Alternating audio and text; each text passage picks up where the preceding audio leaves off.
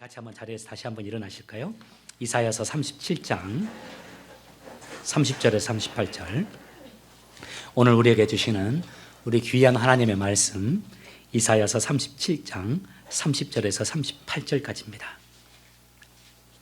이사야서 37장 30절에서 38절까지. 제가 먼저 30절 읽겠습니다. 여호와께서 히스기야 왕에게 이렇게 말씀하셨습니다. 히스기야야, 내가 너에게 이 표적을 주겠다. 너는 올해 들에서 저절로 자란 곡식을 먹겠고 새해에도 역시 그러할 것이다. 그러나 3년째 되는 해에는 심고 거두어라. 포도밭을 갖고 와서 그 열매를 먹어라.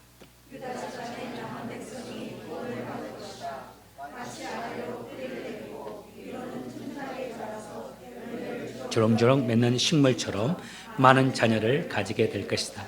예루살렘과 시온산에서 살아남은 사람들이 나올 것이다. 만군의 여호와께서 열심으로 그 일을 이룰 것이다. 또한 여호와께서 아시리아 왕에 대하여 이렇게 말씀하셨습니다. 그는 이 성에 들어오지 못하며 이곳에 화살 한 발도 쏘지 못할 것이다. 방패를 가지고 가까이 오지도 못하며 흙으로 성을 공격할 언덕도 쌓지 못할 것이다. 그는 왔던 길로 해서 자기 나라로 돌아갈 것이고 이 성에는 들어오지 못할 것이다. 여호와의 말씀이니라. 나를 위해 그리고 내 종 다윗을 위해. 그날 밤에 여호와의 천사들이 내려와 아시리아의 진에서 18만 5천 명을 죽였습니다. 백성이 이튿날 아침에 일찍 일어나 보니 그들이 모두 죽어 시체들로 가득하였습니다.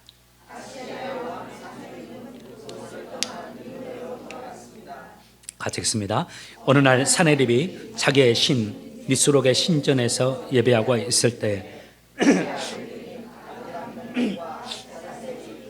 그를 칼로 죽이고 아라랏 산으로 도망쳤습니다. 그리하여 사네립의 아들 에살핫돈이 그를 이어서 아시라의 왕이 되었습니다. 아멘. 예, 자리에 앉으시기 바랍니다.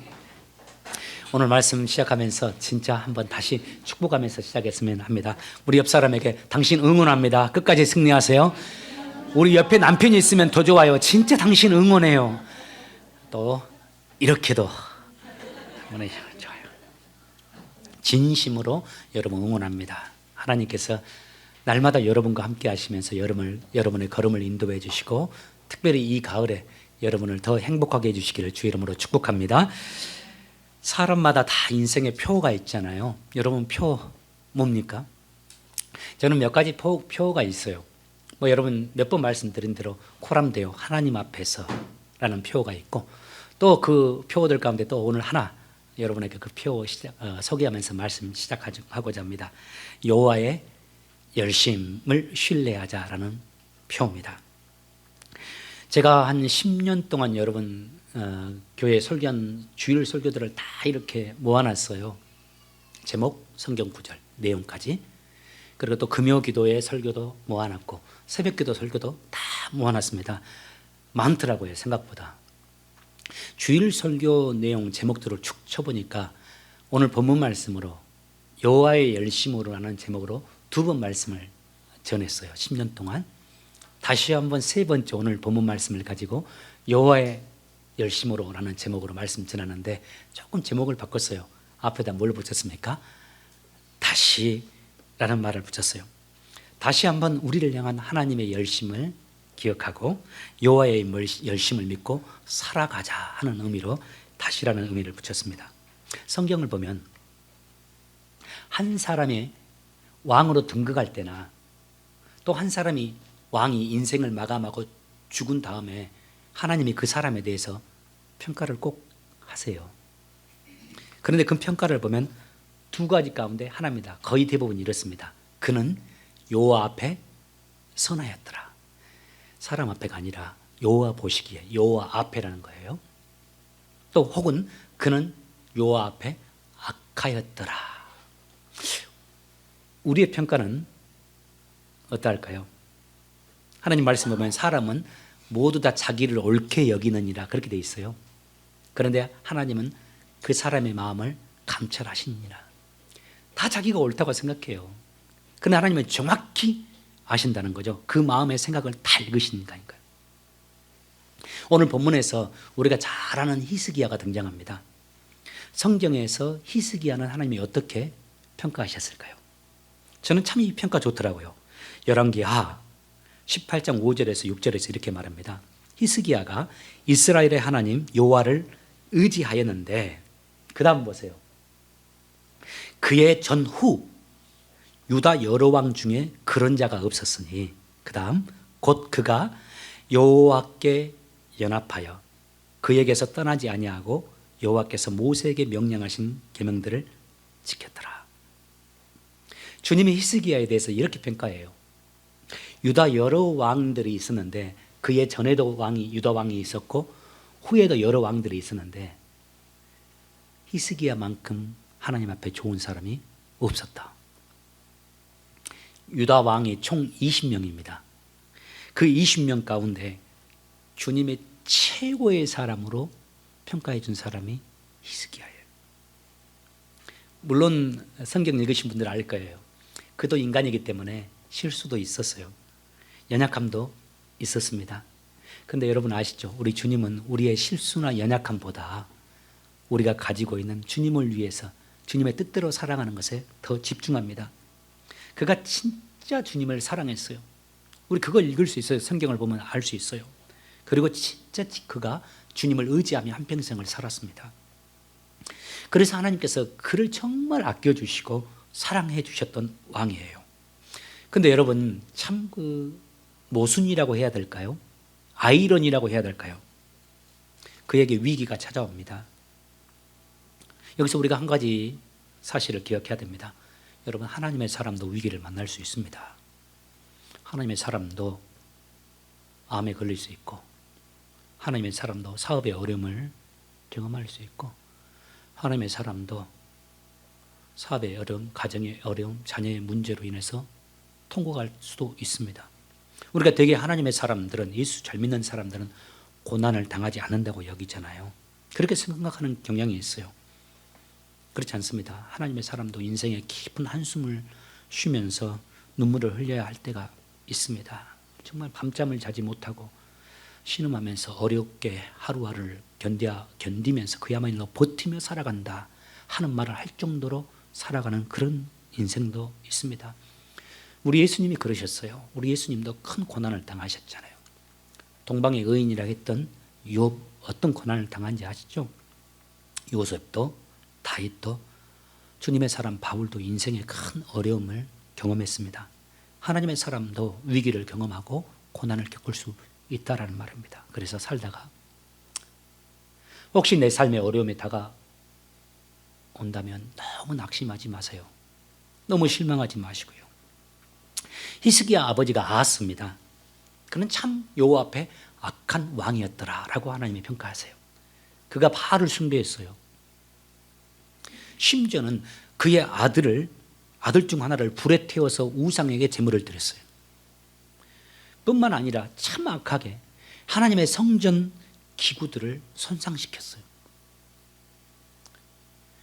히스기야가 그런 아버지를 이어서 12살 혹은 13살, 정확히는 알 수 없는데 12살이나 13살 때 왕이 되었습니다. 당시 그가 어렸기 때문에 섭정 아래에 있었다가 25세가 되었을 때 드디어 이제 명실상부한 왕이 되어줘요. 그때 그가 하고 싶었던 일 이제 시작합니다. 첫 번째, 그가 그동안 아버지 시대 때 방치되었던 하나님의 성전을 수리해요. 사람이 자기 집, 자기의 것을 챙기기는 쉽지만 하나님의 것을 챙기기는 힘들거든요. 또 그가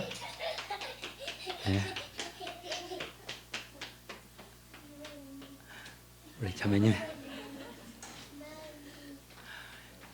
이것도 다 좋게 해석하셔야 됩니다. 우리 이런 데이비드와 같은 애가 있음을 감사합니다. 다시 할게요.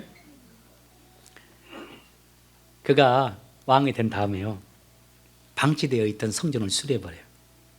그리고 종교개혁을 단행합니다. 그 아버지가 산당들을 세워서 푸른 나무, 성경에 보면 푸른 나무라고 그래요. 쭉 좋은 나무들 밑에서 우상을 섬기게 했거든요. 그런데 그 우상 제단들 다 없애버립니다. 그리고 그동안 지키지 못했던 유월절 지키고 안식일을 지키면서 온전히 하나님께 집중하도록 백성들을 유도해요. 완전히 자기 아버지하고 반대의 길을 간 겁니다. 아니, 아버지가 해놓았던 일들을 완전히 다 뒤집어 엎어버려요. 백성들이 그래서 온전히 자기만 하나님을 섬긴 것이 아니라 백성들이 온전히 하나님을 섬기도록 하는데 온 힘을 기울입니다. 이게 좋은 리더죠. 목회자도 그렇고 직분자들도 그렇고 구역장들도 그렇고 진짜 중요한 것이 자기만 혼자 예수 믿는 것이 아니라 내 삶의 모습으로 내가 섬기는 사람들, 나를 보고 있는 사람들이 하나님을 바라보고 하나님 뜻대로 살게 할 수 있는 것이 지도자의 몫이잖아요. 이 히스기야가 그랬습니다.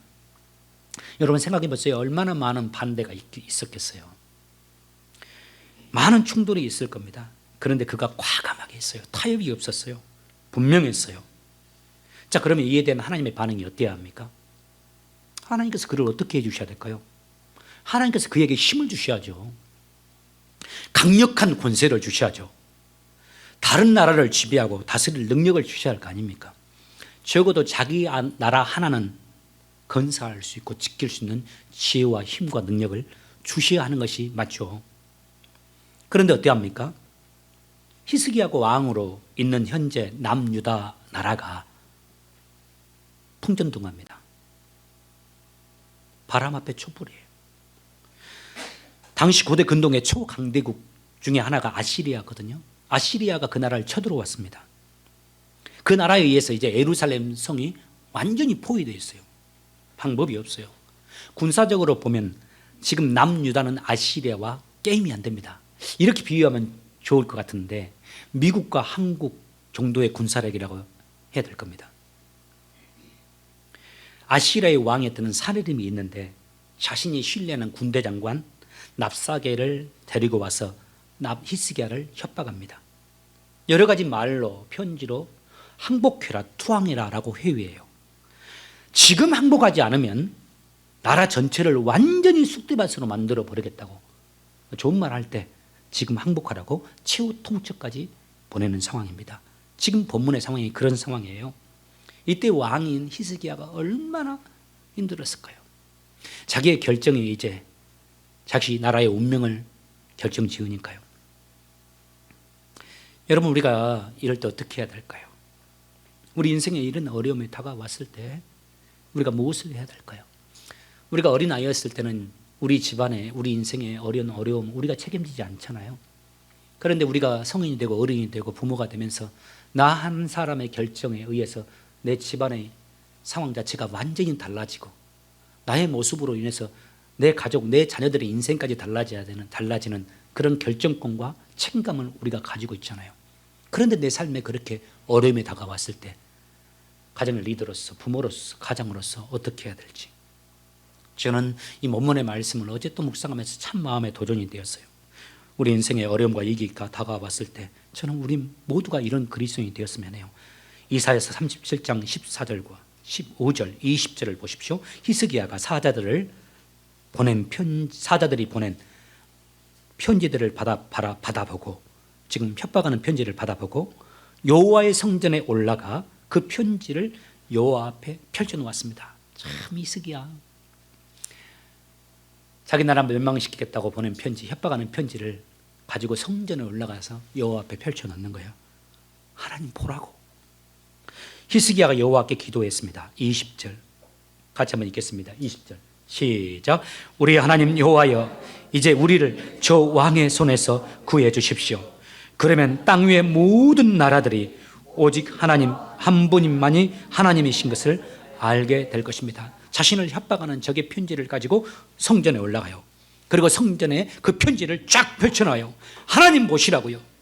그리고 한 가지 그가 집중합니다. 하나님께 무릎을 꿇고 주의 이름을 부하면서 주의 이름을 부르면서 주의 도우심을 바라고 주의 도우심을 간절히 청하면서 기도합니다.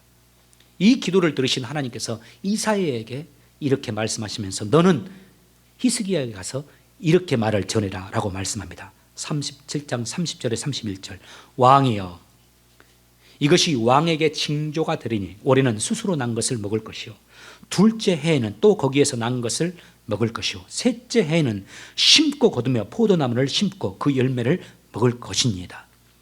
유다 족속 중에 피하여 남은 자는 다시 아래로 뿌리를 받고 위로 열매를 맺으리니 1년, 2년, 3년 돼도 망하지 않을 거라고요. 3년째는 심고 거두게 될 거라고요. 더 강성해질 거라고 하나님이 말씀하시는 거예요. 우선 망하지 않을 거라고 말씀하시죠. 절대 내가 너와 너희 민족을 내버려 두지 않을 거라고요. 너희 백성을 죽도록 내어두지 않을 거라고 말씀해요. 그러면서 정말 제가 인생의 모토로 삼고 있는 말씀 하나 추가해 주세요. 이 31절까지의 말씀으로 끝났다면 히스기야의 말씀으로 끝날 것 같은데 그 다음 말씀이 우리의 말씀이 되는 겁니다. 32절 같이 한번 읽겠습니다. 집중하면서 읽으세요. 시작. 이제 남은 자가 제가 띄워 31절 32절입니까? 예. 없습니까? 32절 여러분 성경 같이 한번 보시겠습니다. 집중해서 더 읽으라고 같이 한번 읽겠습니다. 시작. 예루살렘과 시온 산에서 살아남은 사람들이 나올 것이다. 만군의 여호와께서 열심으로 그 일을 이루실 것이다. 개역개정에서는 이렇게 돼 있어요. 이는 남은 자가 예루살렘에서 나오며 피하는 자가 시온 산에서 나올 것입니다. 만군의 여호와의 열심히 일을 이루시니라. 두 단어예요.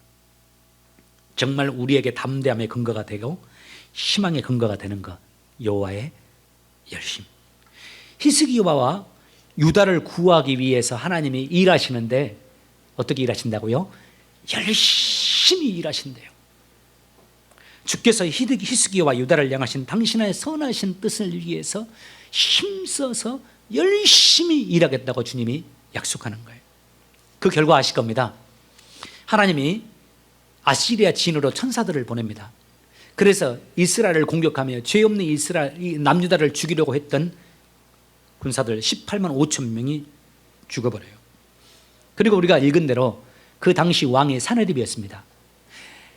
남유다를 정복하기 위해서 왔다가 그 전쟁에서 18만 5천 명이 죽는 일을 경험하죠.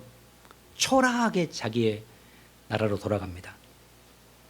그의 비참함이 여기서 끝나지 않아요. 그가 그 나라로 돌아간 뒤에 급격하게 그의 권력이 약해집니다. 그리고 마침내 그의 아들들이 칼로 그를 죽여버려요. 하나님의 사람, 하나님의 백성들을 고통스럽게 한 결과입니다. 오늘 본문에서 히스기야 백성들, 유다 백성들과 히스기야가 한 일은 아무것도 없습니다. 그들은 철저히 무능한 상태잖아요. 그저 하나님의 도우심을 바라면서 하나님을 신뢰하면서 하나님께 기도했습니다. 그런 상황에서 하나님께서 당신의 열심으로 히스기야와 유다를 구원해 주신 겁니다. 평생 살면서 이 말씀을 기억했으면 좋겠어요. 이 단어 기억했으면 좋겠어요. 하나님의 열심. 한국의 어떤 성도의 집을 신방했을 때 그 젊은 분인데 그 단어를 화장실에 써가지고 붙여놨더라고요. 하나님의 열심. 야, 이 사람 뭔가 아는 분이다. 하나님의 일하심이 우리의 눈에 보이지 않고 하나님의 일하심이 지금 우리 눈앞에 펼쳐지지 않아서 그분의 우리를 위한 선하신 열심을 우리가 느끼지 못하고 있을 뿐이지 지금도 아니 과거에도 또 앞으로도 하나님은 열심히 우리를 위해서 일해 주실 겁니다. 지금도 하나님이 그렇게 역사해 주고 계세요. 중요한 것은 이겁니다. 내가 그 하나님 앞에 어떻게 서서 살아가느냐, 우리가 하나님 앞에 어떻게 서 있느냐, 하나님의 말씀대로 하나님 뜻대로 히스기야처럼 하나님을 믿고 의지하면서 하나님이 기뻐하는 것을 선택하며 살아가느냐 그렇지 못하느냐가 중요해요. 저는 오늘 아침에도 교회로 아침에 9시 15분 교회로 이렇게 오면서 도로에서 우리 둘째 아이에게 전화를 했습니다. 또 저기 앉아서 설교 준비하고 어느 정도 시간이 됐을 때 사무실에서 우리 첫째 아이에게 전화를 했습니다. 뭘 위해서 전화했을까요? 둘째는 이제 대학 가서 삶이 이렇게 바뀌면서 엉망일 수 있어요. 스케줄이. 일어나라고. 무엇을 위해서 일어나라고? 교회 가야 되니까. 우리 둘째, 첫째 잘 알았어요. 그래도 또 전화를 했어요. 교회 가느냐고. 둘째는 역시 밥을 안 먹어도 그 시간에 화장하고 있더군요. 교회 가서 예배하려고. 제가 왜 예배를 그렇게 전화를 하면서 확인하고 격려할까요? 예배가 망가지면 모든 것이 망가집니다. 예배가 세워지면 삶의 모든 것이 제자리로 세워진다는, 제자리를 잡는다는 것을 제가 지금껏 살면서 배웠고 보고 경험했고 저도 알기 때문에 그 예배의 자리로 다가가기 위해서 여러모로 격려하고 유도해 가는 겁니다. 저는 믿어요. 우리가 예배자로 서 있으면, 이 주일의 영성이 있다면 하나님께서 우리의 삶을 관여하시면서 우리를 여호와의 열심, 당신의 열심으로 우리를 지켜주실 거라는 것. 여러분, 이민자의 삶 살 때 좀 어렵지만 저도 생각보다 이 이민자로 살아가면서 목회하는 게 쉽지는 않더라고요. 한국보다 많이 힘든 것 같아요. 이 삶 자체가 우리가 이방인으로 살아가니까요. 또 이번에는 지붕까지 이렇게 뚫려가지고 지금 2개월, 3개월째 본당에서 예배를 못하고 있잖아요. 우리 성도님 한 분이 그러더라고요. 저는 목사님 보면서 감동을 받는다고. 요즘에 전에는 안 받았나 봐. 왜요? 그랬더니 아니 교회가 지금 이렇게 날렸는데 목사님 그 어느 때보다도 당당하고 담대하고 변함이 없고 오히려 평안하다고. 사실 그런 것 같아요. 딱 저기가 무너진 날 새벽에 어떤 자매님의 새벽기도 왔다가 전화가 왔어요. 울면서. 목사님은 깜짝 놀랐어요. 그렇게 전화하신 분이 아닌데 새벽기도 오는 시간에 전화가 왔으니까 그 집에 무슨 일이 생겼나, 뭐 사고 났나, 교통사고 났나, 새벽에 또 형제님이 새벽에 또 이터에 가는 분위기니까 깜짝 놀랐는데 목사님 지붕이 뚫렸어요. 무슨 지붕이 뚫렸나 했는데 보니까 진짜 일이. 하나님이 그때 제게 그 마음을 주셨습니다. 하나님만을 바라볼까. 그리고 하나님께서 하나님의 교회를 알아서 하신다는 거. 너는 내 앞에서 바로 서 있기만 해라.